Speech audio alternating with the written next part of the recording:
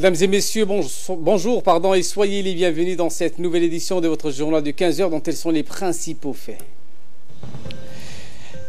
La 10e séance du Conseil des ministres a été présidée ce matin par le chef de l'État et chef de gouvernement, Ismaël Marguelle. Et cette réunion des parties prenantes du programme de 50 millions de femmes africaines à la parole, c'était le ministère du Commerce en étroite collaboration avec le ministère de la Femme et de la Famille. Et dans l'actualité internationale, cet avion russe qui a été abattu en Syrie, vous seront développées ces informations. Merci d'être avec nous sur Télé Djibouti. Sous la présidence du chef de l'État et chef de gouvernement, Ismaël Marguelle, la 10e séance du Conseil des ministres s'est tenue aujourd'hui où 3 questions étaient inscrites à l'ordre du jour. Ces 3 questions ont été examinées et approuvées, comme nous l'explique le ministre des Affaires étrangères, de la coopération internationale, également porte-parole du gouvernement, Mahmoud Ali Youssouf. Sous la présidence du chef de l'État, son Excellence M. Ismaël Marguelle, s'est tenue la 10e séance du Conseil des ministres en ce mercredi 19 septembre 2018. Étaient inscrites à l'ordre du jour 3 questions. Première question concerne un projet de loi de finances portant règlement définitif du budget de l'État pour l'exercice 2017. En matière d'exécution budgétaire, le budget 2017, arrêté à la date du 31 décembre 2017, a d'une part enregistré en recette générale un montant égal à la somme de 123 413 millions de francs djibouti et d'autre part a enregistré pour la même période un niveau de dépenses générales égal à la somme de 123 352 millions de francs djibouti. Depuis plusieurs années consécutives, la République de Djibouti enregistre des taux de croissance importants, supérieurs à 5% en termes de PIB, avec une inflation maîtrisée à 3%. Cette hausse des activités économiques est nourrie par des secteurs clés, tels que les services et le commerce. Dans le domaine des services, divers grands projets d'infrastructures générateurs de valeur ajoutée et d'emplois sont réalisés, à savoir la construction de nouveaux complexes portuaires et de zones franches, la mise en service d'une ligne ferroviaire Djibouti-Addis Abeba, la réalisation de l'interconnexion électrique depuis l'Éthiopie, ainsi que la concrétisation du projet d'adduction d'eau pour pallier l'insuffisance en alimentation hydraulique. Donc l'année 2017 fait ressortir un dynamisme de l'activité économique stimulé par l'explosion des investissements financés principalement par les financements extérieurs. Ayant initié un développement volontariste des infrastructures pour mettre à profit son emplacement stratégique et mettre en valeur sa place de hub logistique régional, la République de Djibouti compte donc sur une stratégie de développement à long terme avec la vision Djibouti 2035 pour transformer son environnement économique et atteindre le rang d'économie à revenu moyen. Toutefois, cet objectif ambitieux n'est pas sans contrainte et pourrait engendrer une série de conséquences, dont un endettement de plus en plus important. La deuxième question concerne un projet de loi de finances portant budget rectificatif de l'État pour l'exercice 2018. Le budget rectificatif de l'État pour l'exercice 2018 est arrêté en équilibre entre recettes et dépenses à la somme de 132 798 32 970 francs djibouti, soit une augmentation nominale de l'ordre de 5 985 550 300 francs djibouti, donc une augmentation de 4,78%. Par rapport au budget prévisionnel initial de l'exercice 2018 de 126 812 482 650 francs djibouti. Les ressources intérieures sont arrêtées à 110 560 millions de francs djibouti contre une prévision initiale de 107 923 millions de francs djibouti, soit une augmentation de l'ordre de 2 637 millions de francs djibouti, imputables d'une part aux recettes fiscales et plus particulièrement aux postes relatifs aux impôts directs, à savoir 861 millions de francs djibouti, ainsi que des performances attendues de la direction des douanes, 1,83 milliard de francs djibouti. Et d'autre part, aux recettes non fiscales avec une hausse de près de 694 millions attribuables à divers postes, dont notamment le poste relatif au domaine, 336 millions de francs djibouti, le produit de la cession des parts d'entreprises nationales détenues par l'État, 1,407 milliard de francs djibouti, les redevances sur produits pétroliers, 1,3 milliard de francs Djibouti, et enfin, les revenus des droits administratifs perçus par les douanes de l'ordre de 250 millions de francs Djibouti. Les ressources extérieures inscrites dans le cadre du projet de loi de finances rectificative 2018 sont arrêtées à 19,746 milliards de francs Djibouti et enregistrent à cet effet une variation à la hausse d'environ 3,334 millions, soit plus de 20,41% vis-à-vis des chiffres énoncés dans le cadre du budget initial pour l'exercice budgétaire 2018. Ces chiffres étaient de 16,398 millions de francs Djibouti. C'était donc le compte rendu des deux premières questions. Écoutons à présent le compte rendu de la troisième question et dernière question. La troisième question est relative à un projet d'arrêté portant approbation du bilan d'ouverture de l'Agence de réhabilitation urbaine et du logement social, plus connu sous l'acronyme AROLOS. En vue d'intensifier les effets de la politique du logement initiée par le président de la République et son gouvernement, il s'est avéré utile de procéder à un recadrage institutionnel. Aussi, la réforme engagée a consisté à réorganiser les structures existantes en vue de préciser leurs missions et leurs rôles respectifs. Ainsi, chacune des nouvelles institutions créées, à savoir la Société immobilière et d'aménagement foncier et l'Agence de réhabilitation urbaine et du logement social, doivent désormais se focaliser sur une mission précise afin d'intensifier la production de parcelles équipées et des logements sociaux, notamment pour pouvoir répondre aux attentes de la population. Dans le cadre de la mise en œuvre effective de cette réforme sur le plan comptable et en application de la loi numéro 9 en 2018, 8e législature, il a été donc procédé à l'établissement d'un bilan d'ouverture basé sur un bilan de clôture arrêté au 31 décembre 2017 du Fonds de l'Habitat. Ce bilan d'ouverture a fait l'objet d'une validation de la direction de la comptabilité publique. L'actif de l'agence est arrêté à 10,657 959 169 francs Djibouti, qui se décompose comme suit: le fonds de dotation 4,991 100 930 francs Djibouti, et en termes de dettes et autres engagements à 5,666 858 266 francs Djibouti. En fin de séance, le Conseil des ministres s'est penché sur la rencontre entre le président de la République, son Excellence M. Ismaïl Omar Guelleh, et le président érythréen, son Excellence M. Issaïas Afwerki, qui a eu lieu le 17 septembre 2018 à Jeddah. Les perspectives de paix entre Djibouti et l'Érythrée sont aujourd'hui palpables. Le Conseil a estimé que Djibouti doit poursuivre ses efforts pour aller dans le sens de la normalisation, tout en créant les bonnes conditions ou les conditions adaptées afin de résoudre avec l'Érythrée les questions pendantes, celles de la démarcation de la frontière et du retour des prisonniers djiboutiens. Le Conseil des ministres adresse au gouvernement saoudien ses remerciements pour les efforts déployés par le roi Salman Ben Abdelaziz et le prince héritier Mohammed Ben Salman Ben Abdelaziz pour avoir rendu possible la rencontre entre notre président et le président érythréen. En bref et en images, le ministre de l'Habitat, de l'Urbanisme et de l'Environnement, Moussa Mohamed Ahmad, a participé à Nairobi, au Kenya, aux travaux de la conférence ministérielle africaine sur l'environnement qui s'est ouverte aujourd'hui. Cette session est dirigée par la secrétaire d'État chargée du développement durable du Maroc et vice-présidente de la conférence.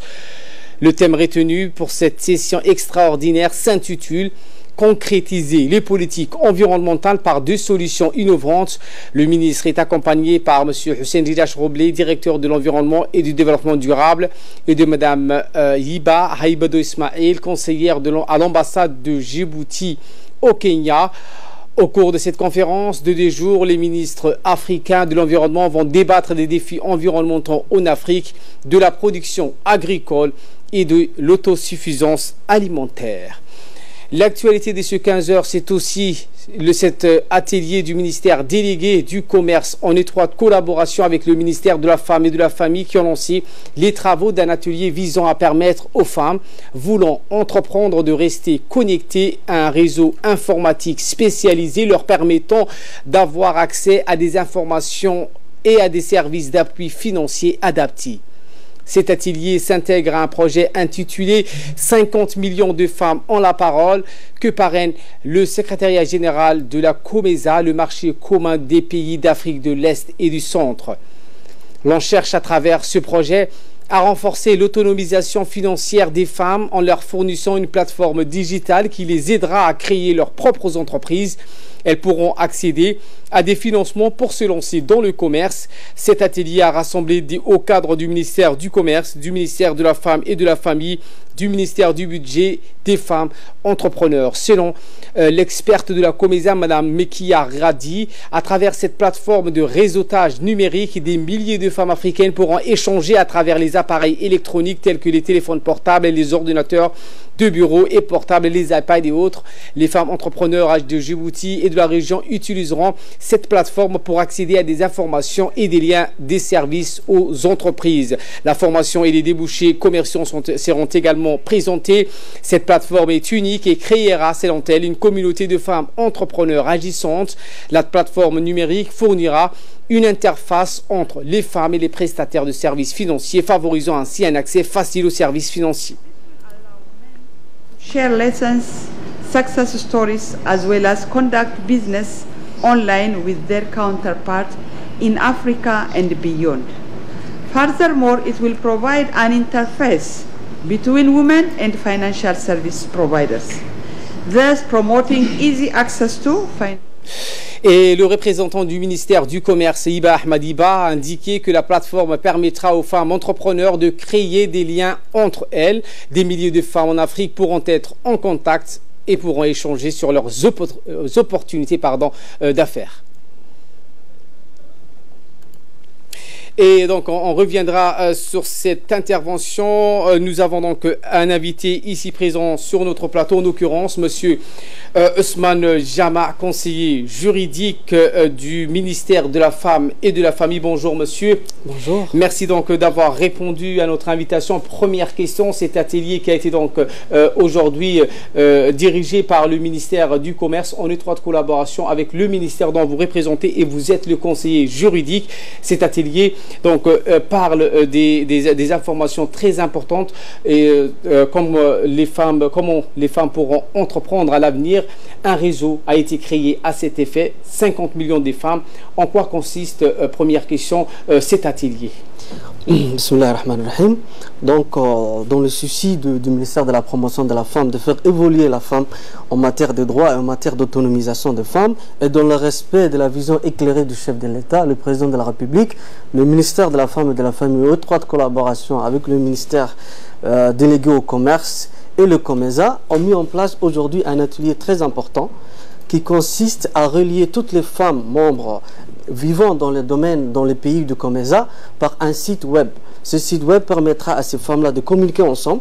Ils vont mettre dans le site web leur travail, ce qu'ils font, leur commerce et toutes les autres informations nécessaires. Ça va leur permettre de communiquer entre eux, d'échanger. Il y a une interactivité par rapport à toutes ces femmes-là. Le site sera hébergé à Djibouti. Une équipe sera mise en place composée du ministère de la Femme, bien sûr, du ministère du Commerce, du secteur privé, de la société civile. C'est une grande avancée pour toutes les femmes commerçantes et ceux qui veulent se lancer dans le commerce dans ce secteur-là. Et pensez-vous que beaucoup de femmes djiboutiennes sont aptes donc à utiliser cette plateforme? Parce que nous connaissons ici à Djibouti, les femmes entrepreneurs sont dans la plupart des cas dans le secteur informel et que cet outil informatique ne leur est pas donc familier. Est-ce qu'il y aura des formations qui seront menées dans ce cas-là? Oui, bien sûr, il y a beaucoup de formations qui vont être menées par notre ministère avec le ministère délégué au commerce.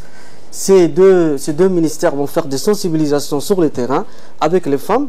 Aujourd'hui, nous avons et nous voyons beaucoup de jeunes femmes qui sont lettrées, qui ont des diplômes, qui se lancent dans le domaine du commerce. Bien sûr, beaucoup de femmes sont dans le secteur informel, mais nous allons organiser des séances de formation pour toutes ces femmes-là pour que le site web qui va être mis en place soit un succès pour toutes les femmes vivant à Djibouti. 50 millions de femmes pourront échanger. Le chiffre est révélateur. Donnez-nous une idée du chiffre exact des femmes entrepreneurs ou une idée du chiffre des femmes entrepreneurs ici à Djibouti. Il y a beaucoup de femmes entrepreneurs à Djibouti. Je n'ai pas en tête le chiffre exact des femmes, mais il y a des milliers de femmes entrepreneurs. 50 millions de femmes, quand on dit, c'est toutes les femmes qui sont membres du pays du COMESA. Et Djibouti, on fait partie de ces membres, des pays membres du COMESA. Et nous souhaitons que toutes ces femmes-là, les milliers de femmes-là, qui sont lettrées, diplômées, ces jeunes qui veulent se lancer, ceux qui ont un projet, qui veulent se lancer, puissent être membres de ce site web et partager toutes les informations les concernant. Il y a même des liens où ils peuvent avoir, s'ils ont des projets, des financements, il y a des organismes qui peuvent les aider, ils peuvent échanger des informations par rapport à d'autres femmes qui ont plus d'expérience avec elles. Et pour les femmes analphabètes qui sont là, comme je l'ai dit, il y aura des sessions de formation qui vont être organisées pour elles. Merci Ousmane Jama d'avoir répondu à nos questions. Je vous rappelle que vous êtes conseiller juridique du ministère de la Femme et de la Famille. Mesdames et messieurs, c'est l'heure de l'appel à la prière à la As. Je vous retrouve dans quelques instants. Si la rentrée des classes a été marquée cette année par l'introduction de la tenue scolaire dans toutes les écoles publiques de l'enseignement primaire, la précédente rentrée scolaire 2017 s'est-elle illustrée par la création de l'école d'excellence qui se situe au PK13. Cet établissement scolaire avait été inauguré par le chef de l'État djiboutien Ismaël Marguelé le 18 octobre 2017. C'est le dossier de ce 15h suivant ce magazine. L'école d'excellence située au PK13 a été inaugurée par le chef de l'État Ismaël Omar Guelleh le 18 octobre 2017. L'avènement de l'école d'excellence a marqué la rentrée 2017 puisque notre pays s'est doté pour la première fois de son histoire d'une école de standard international qui se donne pour vocation de former des élites de demain. Le bilan de cette première année de fonctionnement de cette école d'excellence est très positif puisque la première promotion de 124 élèves ont passé avec succès les tests et les évaluations qui leur ont été administrés. Les résultats des élèves sont globalement très satisfaisants. Un parcours scolaire adapté à ces élèves au potentiel intellectuel a permis aux élèves de s'épanouir dans cette école de référence nationale. Les équipes pédagogiques ont été formées par des experts nationaux et internationaux pour leur permettre d'intégrer le numérique dans leur enseignement-apprentissage. Les enseignants ont été évalués durant toute l'année scolaire 2017-2018 de façon périodique. Globalement, les enseignants ont donné satisfaction en s'engageant personnellement dans ce projet ambitieux d'école d'excellence. Les membres de la commission chargée de les évaluer ont pu apprécier leurs performances et les acquis des élèves. Pour cette rentrée 2018, l'école d'excellence a renforcé sa véritable dimension d'école de référence nationale puisque des tests de sélection et d'admission à l'école d'excellence ont été administrés dans toutes les classes de première année des écoles publiques et privées du pays. Et cela conformément au document cadre d'école d'excellence. Par conséquent, certains des élèves des écoles privées et ceux des régions de l'intérieur ont pu intégrer cette rentrée, cette école de prestige. L'autre nouveauté de cette rentrée concerne le parcours des élèves. Les élèves qui fréquentaient le cycle de l'enseignement 1 de base passeront cette année l'OTI de 5e année. Ceux qui étaient au premier cycle de l'enseignement moyen doivent subir les épreuves du brevet d'enseignement fondamental, le BEF, à la fin de cette année scolaire. Toujours dans l'objectif d'améliorer les conditions d'enseignement, l'école d'excellence doit se doter cette année des laboratoires supplémentaires, des sciences expérimentales et d'une salle spécialisée en mathématiques. Les enseignements de l'art, de la musique seront aussi renforcés par le recrutement des enseignants spécialisés. L'école d'excellence est une fierté nationale qui mérite tous les investissements nécessaires. Nous devons tous contribuer au rayonnement national et international de cette école de prestige. Je vous emmène cette fois à Tadjoura où un nouveau puits est désormais utilisé par les villageois du comté de Dougoum grâce à un appui technique et financier des forces françaises stationnées à Djibouti, la FFDJ. La cérémonie de mise à profit de ce puits a vu la participation du préfet de Tadjoura, des élus locaux et du commandant des forces françaises à Djibouti. Malgré la réalisation d'une adduction d'eau en février 2015 financée par le PNUD, le problème d'eau persistait toujours dans ce petit village de Dougoum. Pour renforcer l'ancien réseau d'eau affaibli, l'association des habitants de Dougoum avait reçu une enveloppe financière qui leur a permis d'acquérir cette pluie et des pompes solaires.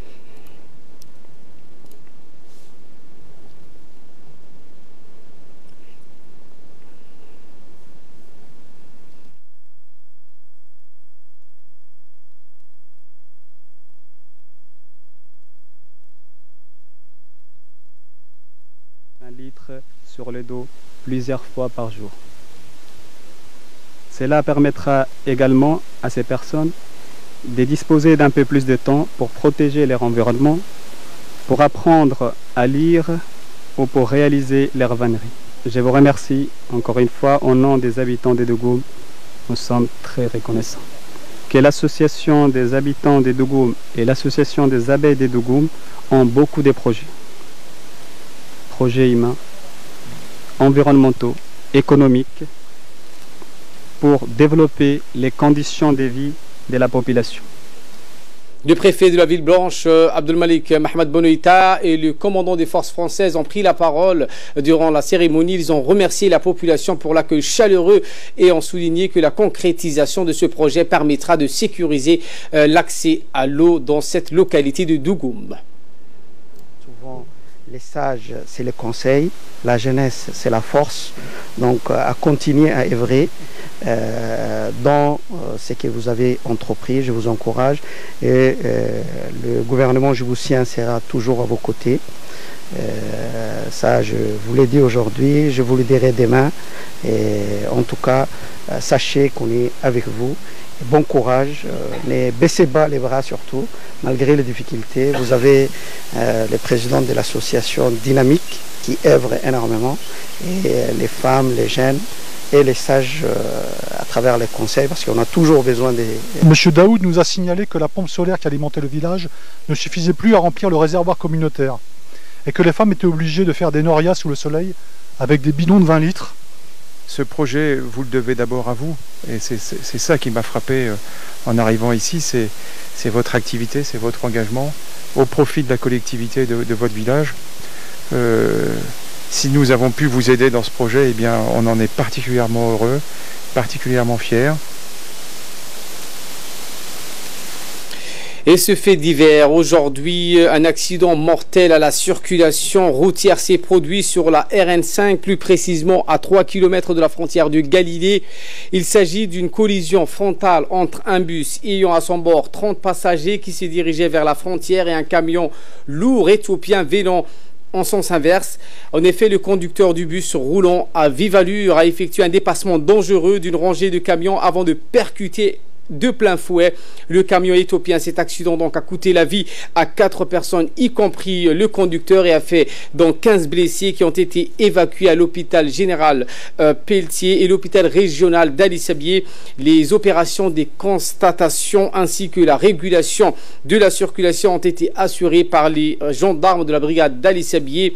Une fois de plus, la gendarmerie demande aux usagers de la route d'observer strictement la réglementation et la sécurité routière. Je vous rappelle que cet accident a fait a coûté la vie à 4 personnes et 15 autres ont été grièvement blessés. Et de là, nous passons à ce qui fait la une de l'actualité hors de nos frontières avec Fardous Hussein qui nous a rejoint sur ce plateau. Bonjour Madame Fardous. Bonjour. Et nous commençons avec cet avion russe qui a été abattu par l'armée syrienne. Et oui, donc un avion russe a été abattu par l'armée syrienne. L'Ilyushin 20 qui a disparu des radars lundi soir au-dessus de la Méditerranée a été visé par des missiles pendant une mission de reconnaissance. Mais la Russie impute de la faute à Israël qu'elle accuse d'avoir mené une opération contre l'Atarié qui aurait mis en danger l'appareil russe. 15 militaires se trouvaient à bord de cet avion abattu. L'armée israélienne rejette, elle, la faute sur le régime et ses alliés. Cet accident provoque un regain de tension dans la région au lendemain de l'accord entre Moscou et Ankara destiné à mettre en place une zone démilitarisée dans la province d'Idlib. Et nous enchaînons avec le Brexit qui est dans sa dernière ligne droite pour un accord. Eh bien, Alice, selon le négociateur européen en chef en charge du dossier européen, espère faire un pas de plus sur la question irlandaise qui reste l'un des principaux points d'achoppement avec le Royaume-Uni. Il y aura des limites à ne pas franchir, donc met en garde le représentant du Parlement européen pour les négociations sur le Brexit. Bruxelles et Londres doivent parvenir à un accord d'ici le sommet européen prévu le 18 octobre prochain. Le ministre britannique en charge des négociations, Dominic Raab, a fait savoir ce lundi que la balle était désormais dans le camp de l'Union européenne. Séoul et Pyongyang annoncent une candidature commune au JO de 2030. Eh bien, Alice, c'est ce que nous verrons donc en 2030, mais pour l'instant, ce sont donc Séoul, comme vous le dites, et donc et la Corée du Nord qui se sont mis d'accord pour leur candidature conjointe pour les JO de 2030 que nous verrons donc dans nos prochaines éditions. Merci Fardel Hussein pour ces explications et merci à vous de nous avoir suivis. Très bon suivi de programme sur Télé Djibouti.